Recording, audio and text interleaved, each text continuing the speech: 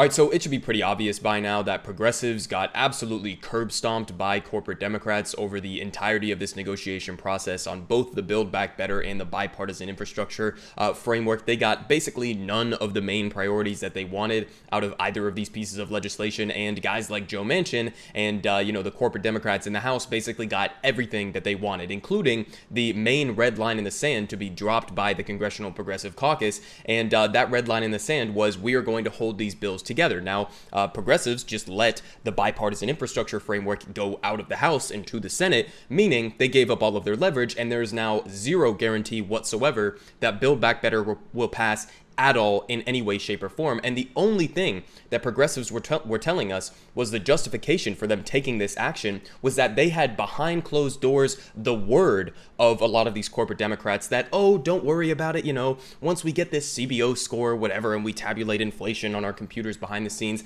then we'll vote for it after the fact, right? So we had barely a commitment, a verbal commitment from these corporate Democrats that they would eventually vote for the Build Back Better plan as it stands right now. And I got a disappointing clip here from Pramila Jayapal, which is from last week, where she was basically outlining this delusional belief that they are putting their faith and trust in these corporate Democrats. So I wanted to play you this clip, and then I'm going to show you an article that immediately, within less than a week, has completely undercut every single thing that she outlines here as their strategy. So let's go ahead and watch this. CBO information that they're waiting for should be here by then, and they really committed that they did not believe anything was necessarily going to change with the information that they got, but they wanted to see it. And they were willing to put in writing both the date and the fact that it would be the bill as is. So no more dithering about what the provisions are. This is the bill we have, which is, of course, what progressives always wanted. So while we didn't get the actual vote, and I wish we had, Wolf, I'll just say I wish we had, but we were in a position where we felt like we got something that was almost as good, which is their commitment. And I do think that if we're going to rebuild trust, then we have to believe that when they give a commitment publicly, when they look me in the eye and each one of them says to me, yes, we're going to vote for this, that needs to be enough for us to move forward. And again, it's a date certain. In just 10 days, we'll be able to pass it through the House, very strong vote at that point, and send it over to the Senate. Okay, so there are so many reasons why this is completely delusional and ridiculous and honestly annoying. One, because she's saying it's just as good that you got behind closed doors assurances and a wink and a nod that maybe they might, depending on the CBO score that comes back, they might support the bill as it stands right now. Why the fuck would you ever trust these motherfuckers? This entire negotiation process, they have been bad faith actors. They have not been negotiating in good faith. All they have been doing is sabotaging and trying to water down both of these bills on behalf of their corporate donors, okay? This is the same group of House Democrats who said no SALT, no deal, okay? That was their red line in the sand, was a tax cut for millionaires and billionaires in rich blue states, okay? That was their red line in the sand, and these are the people who you are going to take their word are not going to sabotage the bill further. What the fuck? They just completely gave up their only leverage, which was holding that BIF, the bipartisan infrastructure framework, holding that up in the House, and they just completely let it go based on backdoor assurances. It's just completely pathetic and completely delusional. And not only is it delusional on that front, but it's also delusional on a broader strategic front, because by giving up that leverage, now, not only, even if they get it out of the House, basically, even if, these corporate Democrats actually, for some reason, which I highly doubt this will happen, but even if they actually stick to their word and pass it out of the House, well, guess what? It's a $1.75 trillion watered down bill where all of the most popular provisions have already been gutted. And then what's going to happen is even if it passes out of the House in its entirety, the $1.75 trillion number with all of those whatever half-measured policies that are left within it, even if it gets out of the House and sent to the Senate, then you still don't even have assurances from Kirsten Sinema or Joe Manchin that they will vote for this as it stands right now. And not only do you not have assurances from them, but they are openly saying they are not going to support the $1.75 trillion bill as it stands right now. So they let the bill get completely watered down and gutted and all the most popular policies taken out of it with basically no pushback. Now they're delusionally taking the word of these corporate Democrats in the House and then not even talking about, in that entire interview, she didn't even talk about Joe Manchin or Kirsten Sinema, who are openly saying they don't support the Build Back Better plan as it stands right now. And don't take my word for it, because Joe Manchin had something to say about it. Okay, so here's an article from Axios, which really, this is a perfect example of both the corruption of Joe Manchin and how disgusting corporate media feeds into their narratives. But they say Manchin may delay Biden's social spending plan over inflation, okay, over a complete non-issue of inflation, which it's not a non-issue in the sense that it doesn't exist. Inflation is happening in different sectors of the economy. I did a video yesterday about how OPEC, this oil cartel, and Saudi Arabia are holding up their oil reserves and oil production to increase prices, okay? We can talk about the different sectors of the economy that are suffering from inflation. None of that, absolutely none of that inflation is happening because of too much stimulus to the American people, because of too much stimulus to working class families, okay? This guy, Joe Manchin, wants you to believe that inflation is happening because what? They were going to lower prescription drug prices, or because people were going to have paid family leave, or any number of the other policies that were within this bill. It's complete fucking nonsense. Of course, they never talk about inflation when it comes to the military spending, when it comes to tax cuts for the rich, okay? This is the same guy who doesn't want to significantly increase taxes on millionaires and billionaires, and he's talking about, oh, there's too much, there's an overheated economy,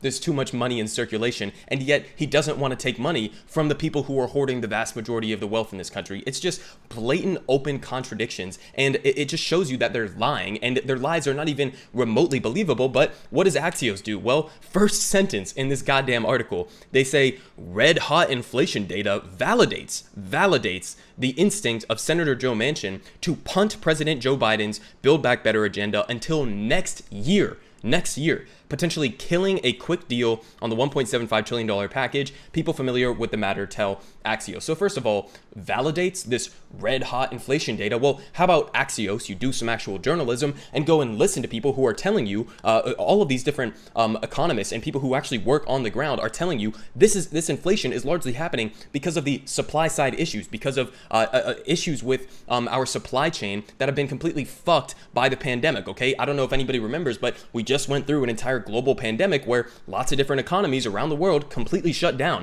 That is going to have a trickle-down reverberating effect on our supply chains. That's why we have tons of ships that are off the coast of California that can't get into the ports because we don't have truck drivers, etc. There are all these problems with the supply chain breaking down, and they just say, oh, it validates Joe Manchin's opinion that paid family leave is the reason for inflation or whatever the fuck. It's just complete corporate propaganda, but it shows you where Axios' priorities actually are. But again, they're saying punt it until next year, okay? Pramila Jayapal was just telling you guys that they had assurances from these House Democrats that they would do it within the next 10 days. Again, even if they stick to their word on that 10-day framework or whatever the fuck we're at now, it would be less than 10 days by this point. But even if they stick to their word, you're left with a completely gutted and watered down bill. And Joe Manchin is saying we might not even get to it this year, let alone ever, okay? So Build Back Better, this is why I told you guys, Build Back Better is dead. It's gone. It's buried, okay? This is the end of it, all right? Progressives gave up their leverage, and that was it. You can't give up your leverage and then expect these corporate Democrats to actually do something good based on their word. It's complete bullshit. But they give even more of a ridiculous perspective here, saying what his priorities are. So they say, the data released Wednesday set the president and the White House staff scrambling, slowing down work on the massive tax and spending plan, is against the fervent desire of the administration and House progressives, against the desire of the administration. I don't believe that. Joe Biden, if he actually supported his own agenda, he would be out fighting for it. Okay, he's not. But they say, with a limited number of legislative days left in the year, Manchin is content to focus on the issues that need to be addressed, Axios is told. Again, just repeating his propaganda. They say that this includes funding the government, raising the debt ceiling, and passing the National Defense Authorization Act.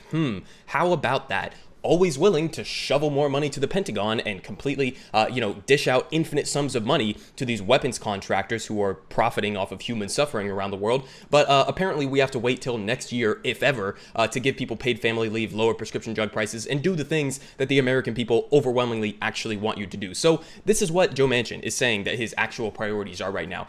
Defense spending, waiting to do something about the national debt and government funding and stuff, even though he's going to be one of the biggest pushbacks towards actually significantly doing those things, right?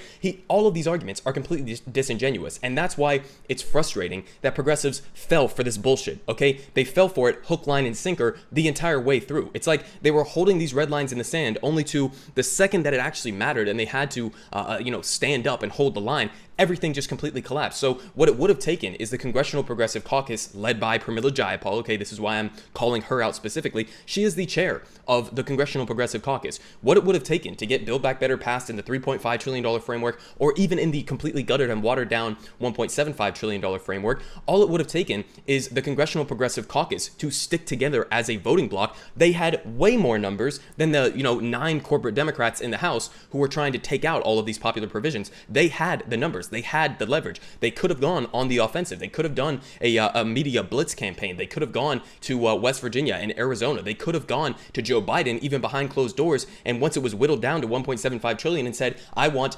XYZ executive orders, legalize marijuana, free all nonviolent drug offenders, etc., go down the line, cancel student debt. They could have done so many things along the way. They didn't do any of them, and now we are left with a situation where, because of their delusional beliefs that Joe Manchin, Kirsten Sinema, and the corporate Democrats in the House are going to stick to their word, because of this, we're going to basically end up with not even crumbs, but not even the promise of crumbs. Okay, we are no longer even guaranteed the pathetic crumbs that the Biden administration was promising the American people.